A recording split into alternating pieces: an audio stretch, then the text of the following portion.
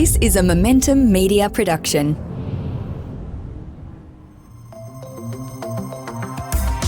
Welcome to the Smart Property Investment Show, the podcast by investors for investors.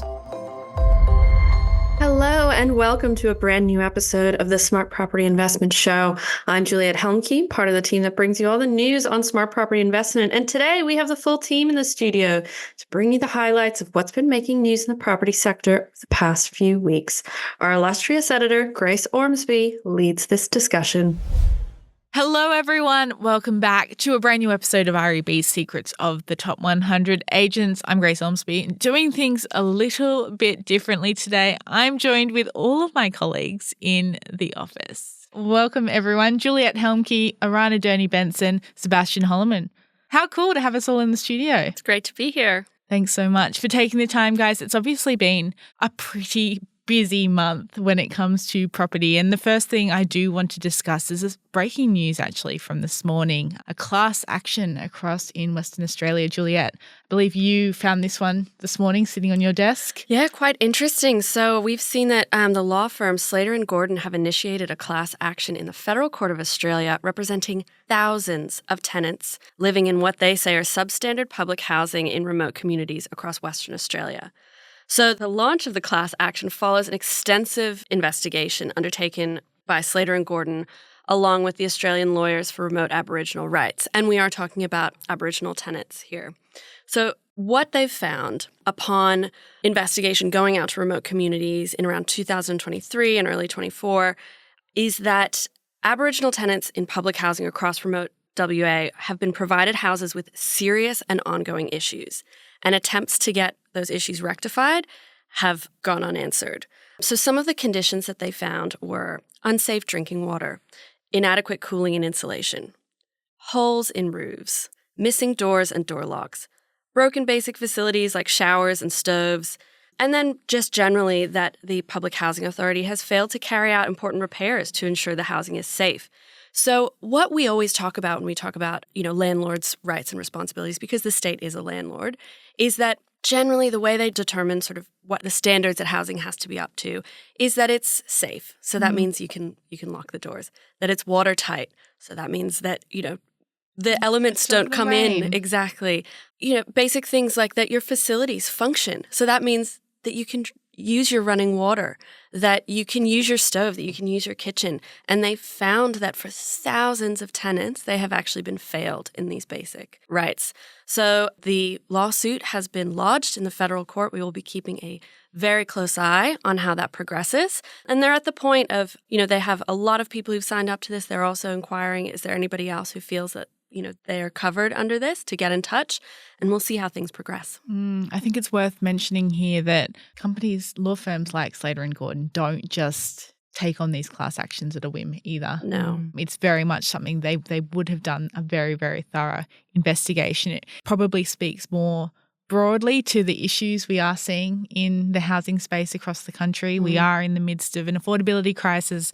We are in the midst of a rental crisis. This probably, unfortunately, is not an issue endemic to those tenants in that area. It's something that we have been talking about more broadly, but I guess the size and the scale of this class action is going to be very interesting to watch. So it is. And I agree, Grace, this is not something that we're saying is sort of isolated to this one area or one state. We've even seen efforts like, for example, from Consumer Affairs Victoria, who've recently said that they will have investigators out on the street for rental inspections, making sure that the properties are adequate. And they've really encouraged people to use this new online form that they've launched to get in touch if they're out looking for a property and they see things like doors not being able to lock, facilities that aren't adequate, broken amenities like kitchens, bathrooms, that sort of thing, to make sure that rental properties in this crisis that we're in are still being maintained and not being rented out when they're substandard, because that is, in fact, against the law.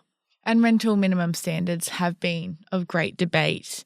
Over the last little while, we've seen Victoria take the steps to bring up their standards, or to create some standards, really. We've seen changes to no-cause evictions and all of that. We've seen rental reforms across South Australia, across Western Australia, and we could talk about it all day, the amount of talk that there has been around this area over this year alone. So it is interesting. I feel like it is a very interesting time that Slater and Gordon has brought this to light, because I think the country is ready to listen and hopefully to do better when it does come to housing vulnerable people across the country. So as we said, developing story. You've heard it here first on the Monthly Buzz, but kind of dovetailing into that, Arana, you've done some work recently on the final report coming out from Everybody's Home, a big investigation into housing standards across the country. Yeah, it's called the People's Commission into the Housing Crisis, and it's been going on for many months now, since about March this year. And the final report has just dropped, and the findings are pretty grim.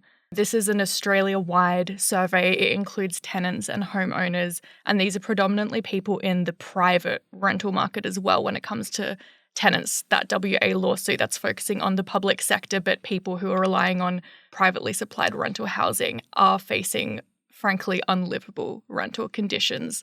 Some of the reports that have surfaced are like mold and fungi growing indoors, termites and other pest infestations, particularly in big cities like Sydney and Melbourne. There are especially international students or people on temporary visas who are sleeping 3 or 4 people to a room, renting out balconies for $400 a week in winter, and even sleeping in shifts and paying rent to sleep for a certain number of hours per night.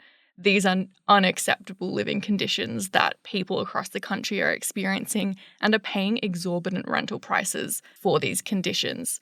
And the report has made 8 key recommendations about addressing that, one of which was minimum rental standards nationwide that are enforced and give renters better protections, limits to unreasonable rental increases.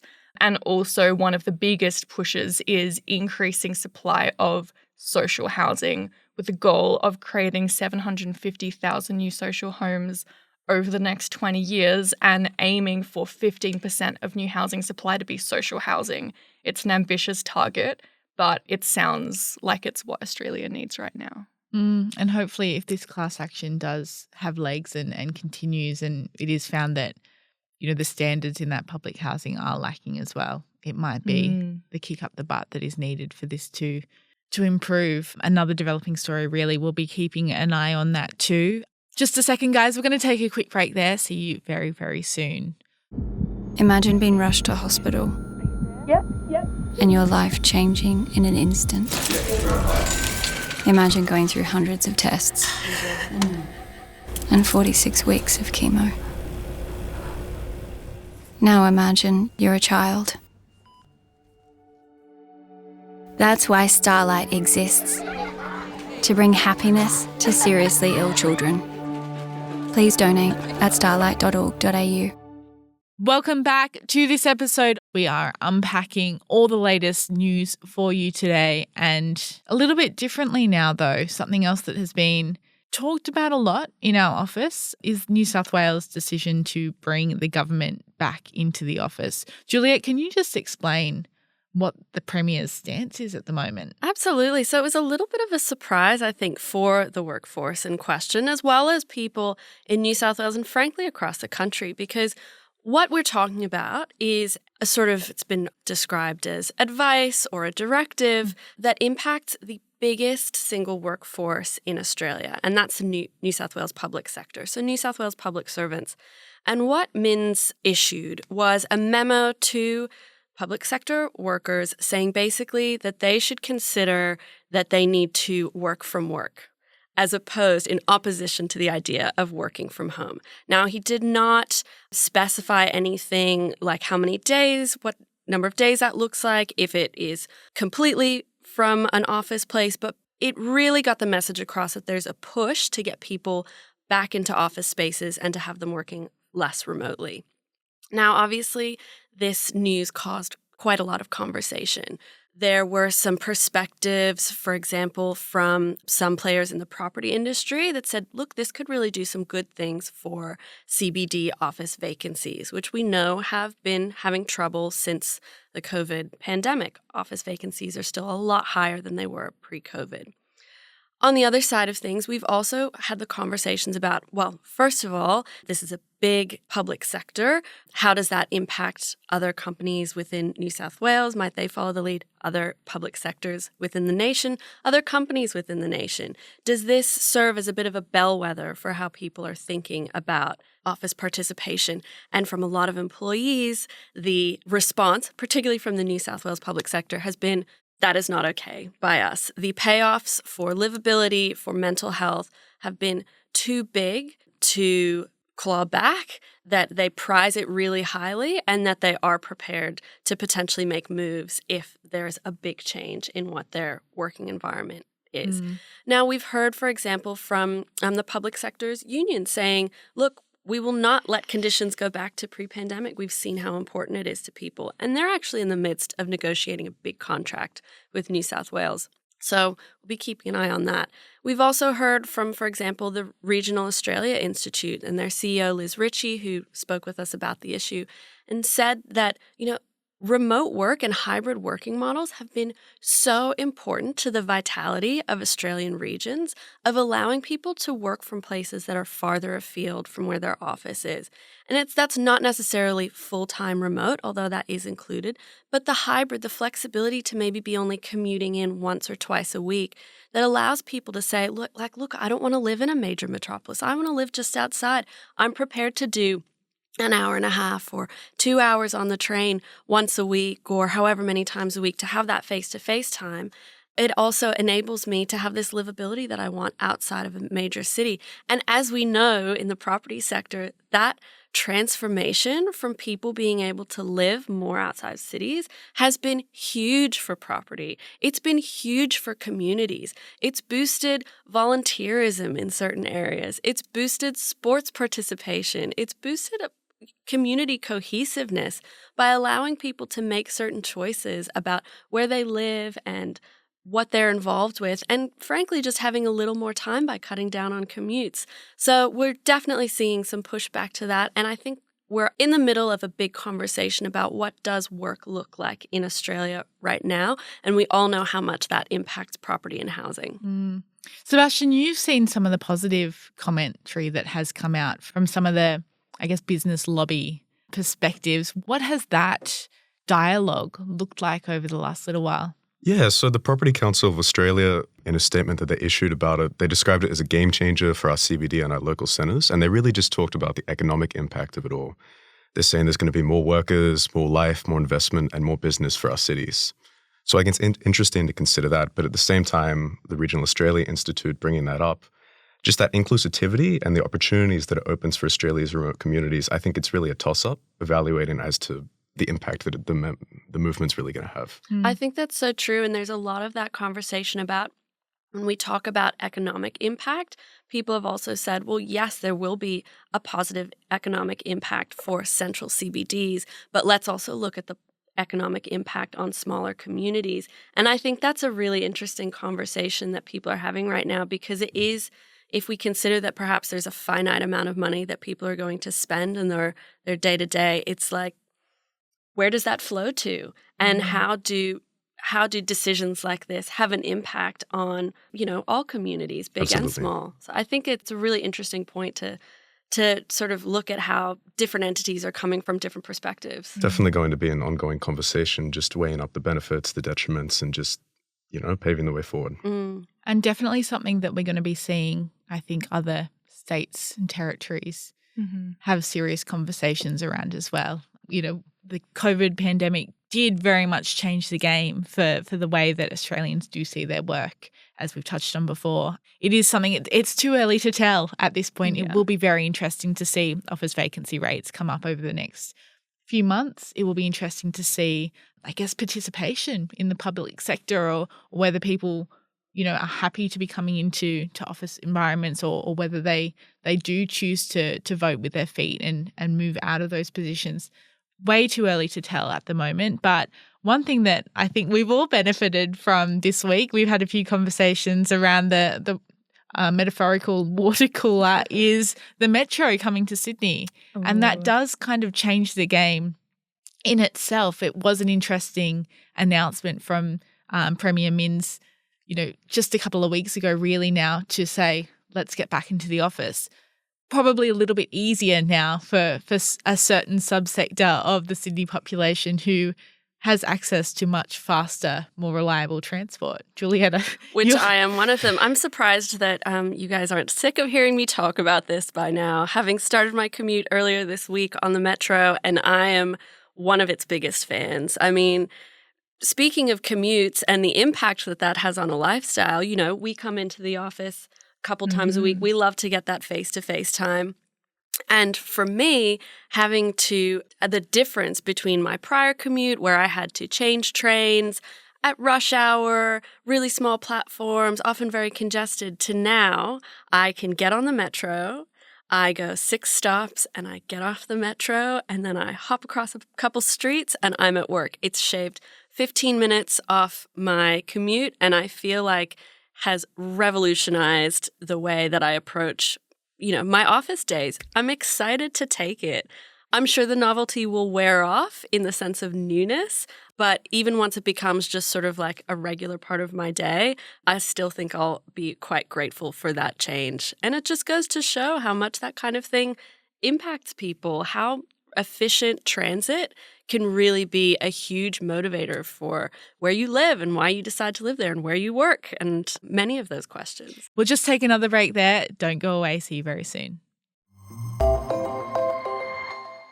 Hey everyone, welcome back. I don't want to give away where you live, Juliet. Quite all but right. It is one of those things where you live relatively close to the office as well. It's going to be a game changer for anyone who is in the outer skirts of Sydney when we see that line run through all the way to Bankstown. It's really going to change the demographics, I think, of the city, and they'll be studying that for a long time yet. We've seen to date how the veins that the train system does take. You know, you see it across Sydney, you see it across Melbourne, you see it up in Brisbane, you know, that Gold Coast, Brisbane metropolitan area.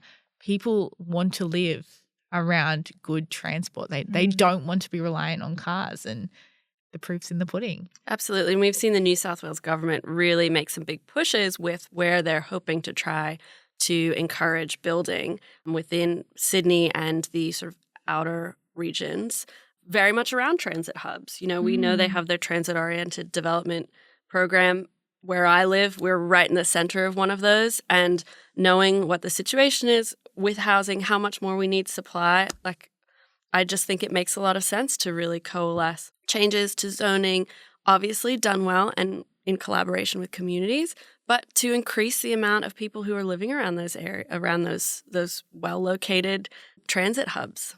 Arana, how's your experience been on the Metro so I've far? been loving it so far. I've got one stop and one stop only, but it was a wonderful experience. The speed is something else. And Sebastian, I know you also are someone who lives far out from the city in a previously very car-dependent area. Very much so. How have you found the Metro transforming your community? It's been an absolute game changer. I think it's to the point where basically not having to do the transition, the stopover, it's just really, really good.